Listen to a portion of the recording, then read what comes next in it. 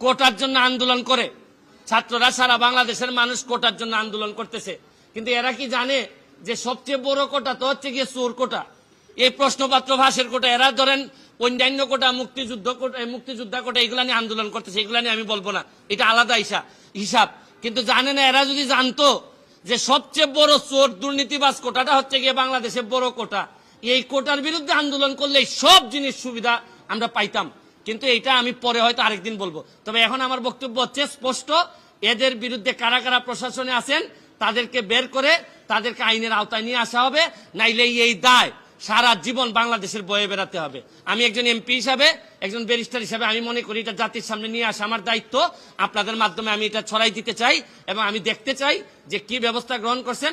নাইলে আমি মাননীয় প্রধানমন্ত্রীর কাছে প্রয়োজনে যাব, মাননীয় চিফ জাস্টিসের কাছে যাব, কারণ এইভাবে একটা দেশ চলতে পারে না।